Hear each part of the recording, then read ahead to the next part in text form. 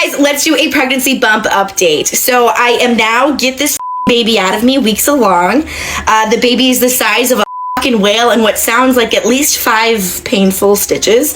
My main symptom is bitch. At exactly 4:39 a.m. on March 4th, 2023, a 6-year-old boy made the most heartbreaking phone call of his life. His small voice trembled as he whispered into the phone, "My mommy has been shot." His mother, India Kinamore, lay dead in their Cincinnati home, her body riddled with bullets, murdered just hours before she was scheduled to give birth to her 4th child. The baby she'd been excitedly preparing to meet for 9 months would never take a breath. But what investigators would discover about who killed her would shake this community to its core and redefine the word betrayal for everyone who heard this story. This isn't just another random act of violence. This is the story of a woman who shared her pregnancy joy with thousands of followers on social media, a mother who radiated pure happiness about her growing family, and a man who smiled for the cameras while secretly orchestrating the most unthinkable conspiracy.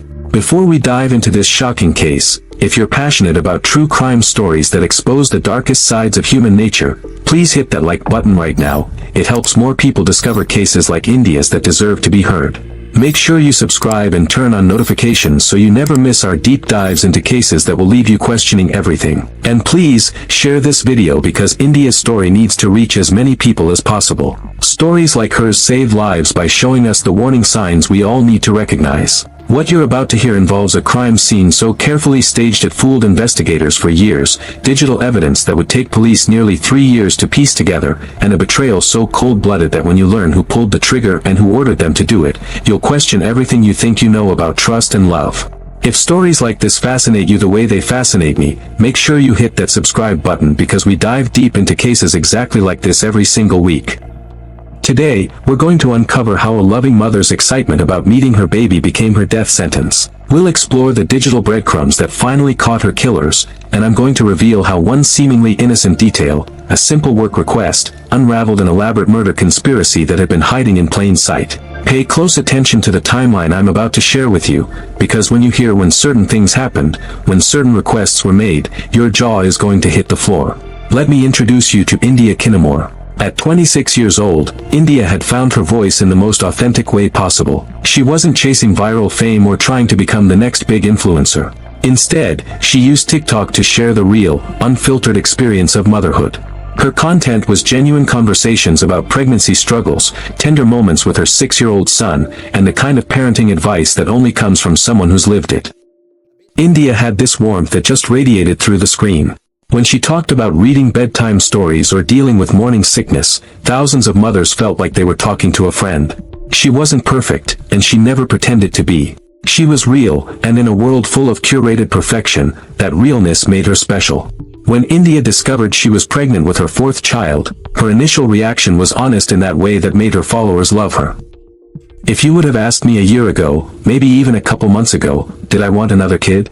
My answer was hell no, she posted with a laugh. But God had other plans for me. What started as an unplanned pregnancy became a source of pure joy for India. She documented every milestone, every kick, every moment of anticipation. By early 2023, India was glowing. Her pregnancy updates showed a woman completely in love with the life growing inside her. She'd prepared the nursery with the same care she'd put into everything else in her life. The hospital bag sat packed and ready by her door. She had names picked out, clothes washed and folded, and dreams about what this new little person would be like. India was in a relationship with Kayvon Warren, a 30-year-old man who appeared to share her excitement. Their social media showed what looked like a happy couple preparing for their future together. Photo shoots documenting her growing belly, sweet captions about their growing family.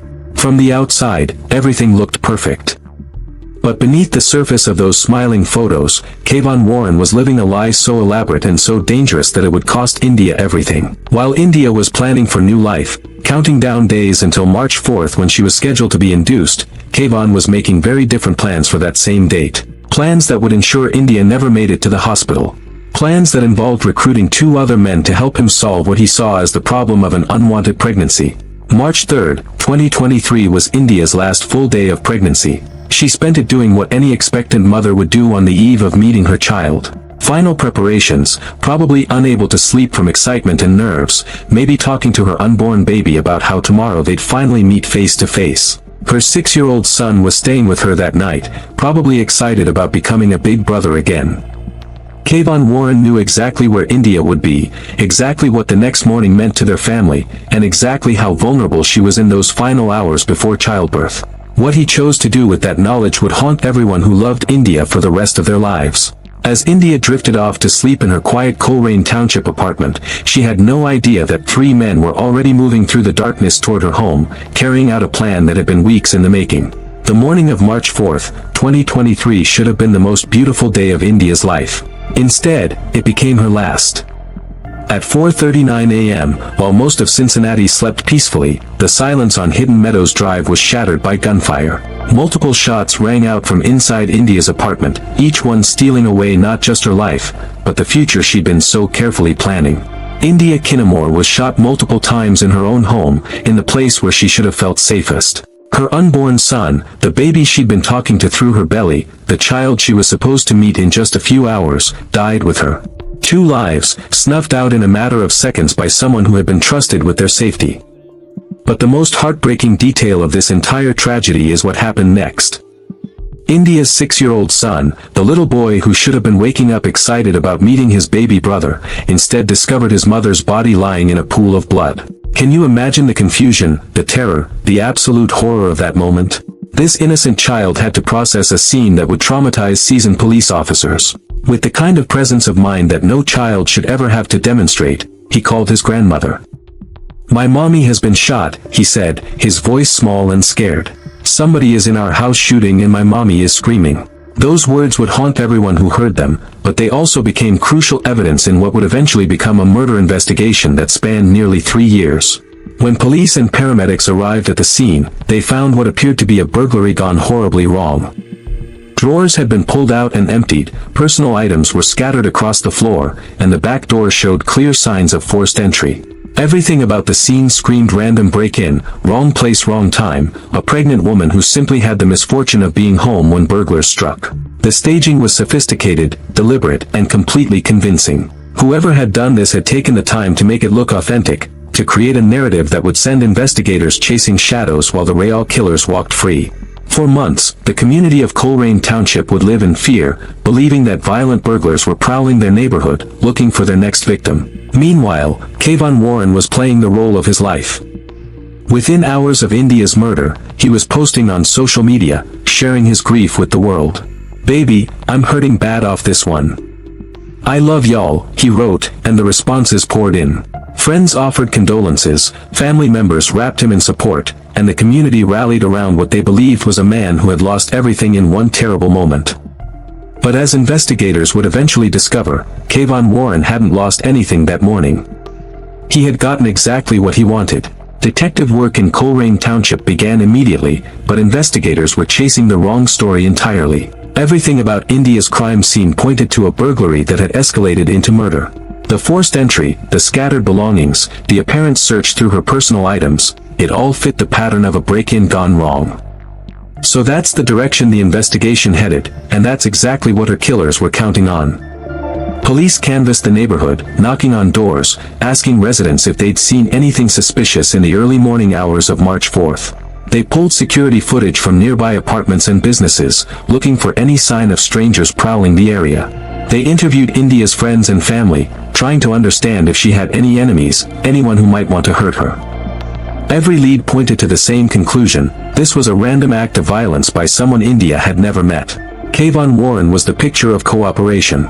He answered every question, provided detailed accounts of his whereabouts, and played the devastated boyfriend with an Oscar-worthy performance. When detectives asked about his relationship with India, he spoke about their plans for the future, how excited he was about the baby, how much this loss was destroying him. And why wouldn't investigators believe him? He was the victim of a terrible tragedy, a man who had lost both his girlfriend and his unborn child to senseless violence. But as weeks turned into months, small inconsistencies began to surface. Little details that didn't quite align, timeline gaps that couldn't be fully explained. More importantly, when investigators dug deeper into the financial picture surrounding India and Kayvon's relationship, a different story started to emerge.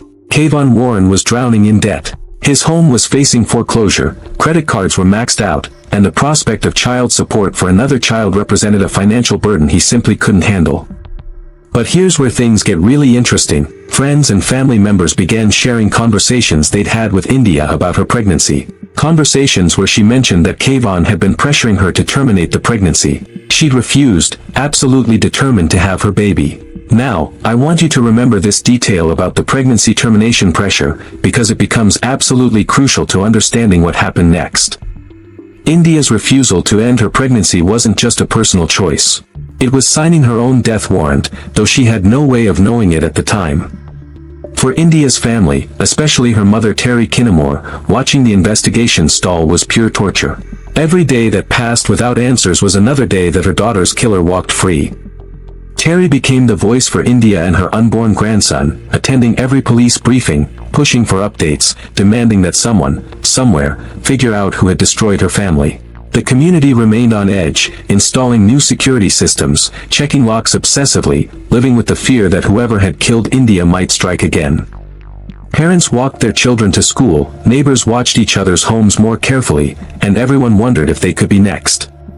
The randomness of it was what made it so terrifying. If it could happen to India, a pregnant woman in her own home, it could happen to anyone. What nobody knew. Not the terrified neighbors, not the grieving family, not even the investigators working the case, was that there was nothing random about India's murder at all. While the community lived in fear of phantom burglars, the real killers were hiding in plain sight. And while technology has made it easier for criminals to plan and coordinate their crimes, it's also made it nearly impossible for them to do so without leaving digital evidence behind. Investigators were quietly building a case that would eventually expose not just who killed India Kinamore, but why her murder was the most personal betrayal imaginable. 2 years passed. 2 long years of dead ends, false leads, and a family desperate for answers. Then, in the summer of 2025, investigators caught a break that would change everything. It came from the most unexpected place, Kayvon Warren's employment records. While reviewing every aspect of Kayvon's life in the weeks surrounding India's murder, detectives discovered something that made their blood run cold. Kayvon Warren had requested bereavement leave from his job. Now, asking for time off when someone dies isn't unusual. Employers understand that grief requires time to process, funerals need to be attended, and people need space to mourn. But the timing of Kayvon's bereavement request wasn't just unusual, it was impossible. He had submitted his request for bereavement leave before India was murdered. Before his girlfriend was dead. Before his unborn child was killed. Think about that for a moment. How do you grieve for people who are still alive? How do you request time off to mourn deaths that haven't happened yet? Unless, of course, you know they're about to happen because you're the one planning to make them happen. When investigators realized what this meant, the entire case shifted. This wasn't a burglary gone wrong. This wasn't random violence. This was premeditated murder, planned so far in advance that Kayvon had already arranged his alibi for missing work. He knew he'd need time off after India's murder because he was the one ordering it. Armed with this devastating piece of evidence, detectives dug deeper into Kayvon's digital life, and what they found was a conspiracy that would make your skin crawl. Text messages between Kayvon Warren, 20-year-old Robert Ervin, and 22-year-old Lamar Suggs revealed a detailed timeline of planning for India's murder. These weren't vague conversations or subtle hints. These were explicit discussions about how to kill a pregnant woman and make it look like something else entirely. The digital evidence painted a picture of 3 men coordinating every aspect of this crime. They discussed timing, entry methods, how to stage the scene afterward. Cell phone location data placed all 3 of them near India's apartment complex in the hours leading up to her murder, moving in a pattern that showed coordination and planning. But here's the detail that will give you chills. The text messages between these 3 conspirators stopped abruptly at 3:40 a.m. on March 4, 2023. Complete radio silence. India was murdered at 4:39 a.m. They went dark exactly 1 hour before they pulled the trigger. 1 hour of final preparation, 1 hour of moving into position, 1 hour of silence before they destroyed 2 lives and shattered a family forever. The evidence showed that this wasn't just murder, it was the most calculated, cold-blooded betrayal you can imagine. While India was sleeping peacefully, probably dreaming about meeting her baby in just a few hours, the father of that baby was coordinating with 2 other men to ensure she'd never wake up. August 21, 2025. After 873 days of investigation, that's 2 years, 4 months, and 17 days of a family living without answers, police finally had enough evidence to act.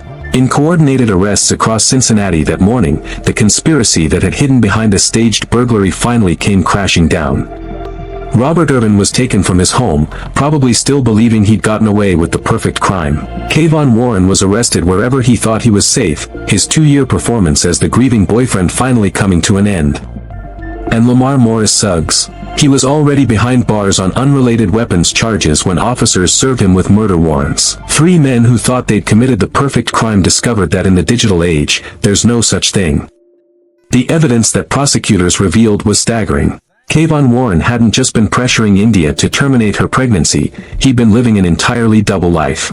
While India was posting pregnancy updates and preparing for their future together, Kayvon was involved with another woman. The pregnancy represented everything he didn't want: financial responsibility he couldn't handle, emotional complications he refused to deal with, and a future that didn't fit his plans. So he made a choice that defies human comprehension. Instead of walking away, instead of being honest about his feelings, instead of finding any other solution, Kayvon Warren decided that murder was easier than fatherhood. He recruited Robert Ervin and Lamar Suggs, planned India's death down to the smallest detail, and arranged for her to be killed on the very day she was supposed to give birth to his son. The staging of the burglary wasn't amateur work. These men had thought through every detail. How to make the forced entry look authentic, what items to scatter to suggest a search for valuables, how to create a crime scene that would send investigators looking for strangers rather than examining India's inner circle. For over 2 years, it worked perfectly. 1 week later, on August 28, 2025, when the 3 suspects appeared in Hamilton County Court, India's mother Terry Kinamore was there. Her victim impact statement cut through the legal proceedings like a knife. He killed his own son, she said, staring directly at Kayvon Warren, or plotted to kill his own son. He's been out for 2 years while this investigation was going on, while my daughter and his grandson are resting in a grave. Terry revealed a detail that made everyone in that courtroom sick to their stomachs. She'd been the one to receive that devastating call from India's 6-year-old son that morning. But there was something else, something that surveillance equipment had captured that proved just how deep this betrayal went. On the audio from the apartment complex security system, you could hear India's screams with each gunshot. You could hear her terror, her pain, her final moments. And Kayvon Warren's voice. Complete silence. Not once did he call out in alarm. Not once did he ask what was happening. Not once did he react like someone who was witnessing the murder of the woman he loved, because he wasn't witnessing anything. He already knew exactly what was happening and why. All 3 men were charged with 4 counts of aggravated murder, 2 for India, 2 for her unborn son. They faced additional charges of aggravated burglary, felonious assault, and weapons violations. Bond was set at $600,000 each, $300,000 for each life they'd taken. Lamar Suggs was identified as the actual shooter, the man who had pulled the trigger and ended 2 lives for money. But it was Kayvon Warren who had orchestrated every detail, who had chosen murder over responsibility, who had betrayed the ultimate trust between partners. Let's talk about just how sophisticated this deception really was, because understanding the level of planning involved will help you grasp the true evil of what happened to India. The crime scene staging wasn't something thrown together in a panic after the murder. This was methodical, calculated manipulation designed to send investigators down completely the wrong path. The drawers weren't just randomly pulled out, they were opened in a pattern that suggested someone searching for specific valuables. Items were scattered in a way that looked like panicked rummaging, not destruction for destruction's sake. The back door entry was forced in a manner consistent with opportunistic break-ins. Every single detail was crafted to tell the story of strangers who had stumbled upon a vulnerable pregnant woman and killed her during a robbery. For over 2 years, this lie worked perfectly. While Terry Kinamore buried her daughter and unborn grandson, while India's 6-year-old son struggled with trauma that no child should ever experience, while an entire community lived in fear of random violence that didn't exist, Kayvon Warren walked free. He attended family gatherings, accepted condolences, and played the role of the devastated boyfriend so convincingly that even India's own family supported him through his supposed grief. Think about the psychological calculation required to pull this off. Kayvon didn't just order India's murder, he had to live with her family's pain, watch her mother cry, comfort her surviving children, all while knowing he was the cause of every tear they shed. That level of deception requires a complete absence of human empathy.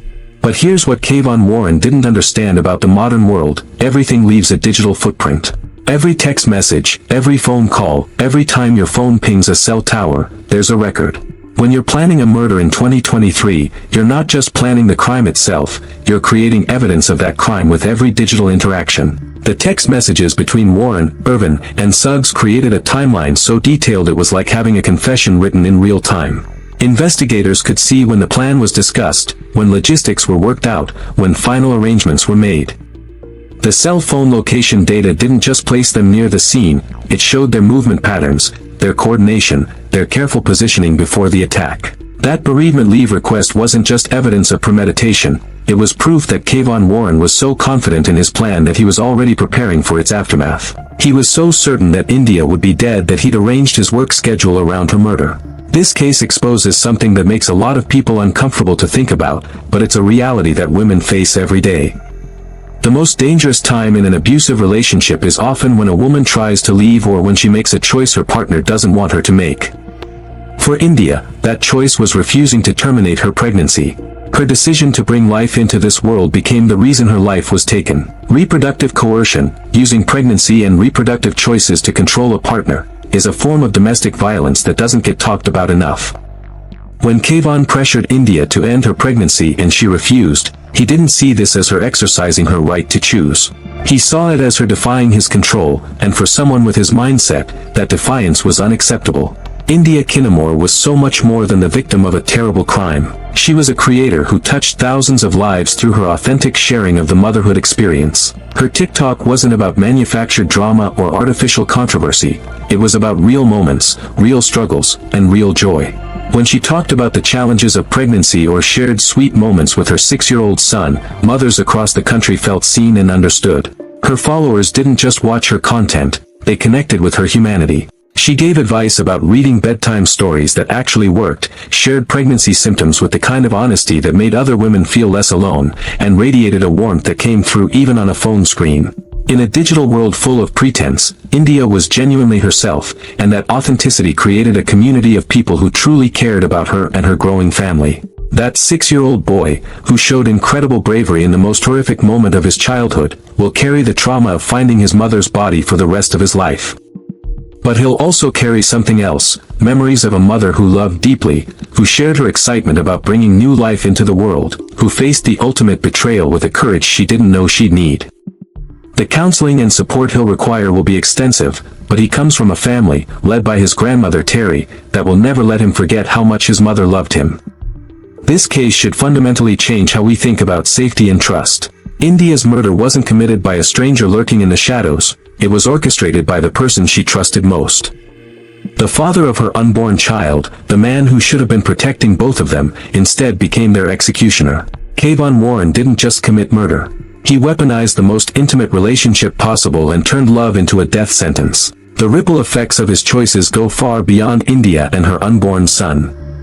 Her surviving children lost their mother to violence orchestrated by someone they knew. Terry Kinamore lost her daughter to a conspiracy that masqueraded as random crime. An entire community lived in fear for over 2 years, believing they were unsafe from strangers when the real danger had been hiding among people they trusted. What shocks me most about this case isn't just the murder itself, it's the elaborate performance that followed. For 873 days, Kayvon Warren accepted sympathy, attended memorials, and played the grieving boyfriend while knowing he was responsible for every tear shed in India's memory.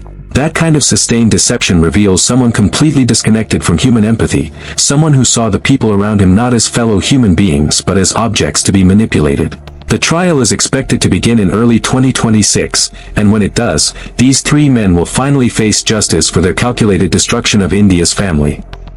But justice, even when it comes, can't undo the trauma, can't bring back the mother and child who were stolen from this world, can't erase the fear that gripped a community for years.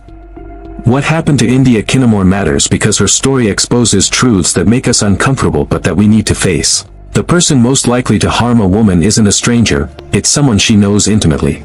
The most dangerous time for many women is when they make reproductive choices their partners disagree with. And in our digital age, no matter how carefully you plan a crime, the evidence of that planning lives forever in the devices we carry every day. India's legacy isn't just the content she created or the followers who loved her. It's the reminder that behind every true crime story is a real person whose life had value, whose dreams mattered, whose death represents not just a statistic but a profound loss. She deserved to meet her baby that March morning. She deserved to watch all her children grow up. She deserved to live, and she deserved so much better than the betrayal that ended her story. If this case affected you the way it's affected me, take a moment to honor India's memory by sharing it, by remembering her name, by understanding that domestic violence doesn't always look like what we expect it to look like. Hit that like button if you believe her story deserves to be told, and subscribe because there are too many India Kinamores whose stories need to be heard, whose lives need to be remembered, and whose deaths demand justice. Until next time, stay safe out there. And remember, India Kinamore's story matters, her life mattered, and sometimes justice delayed is still justice served. I'll see you next week.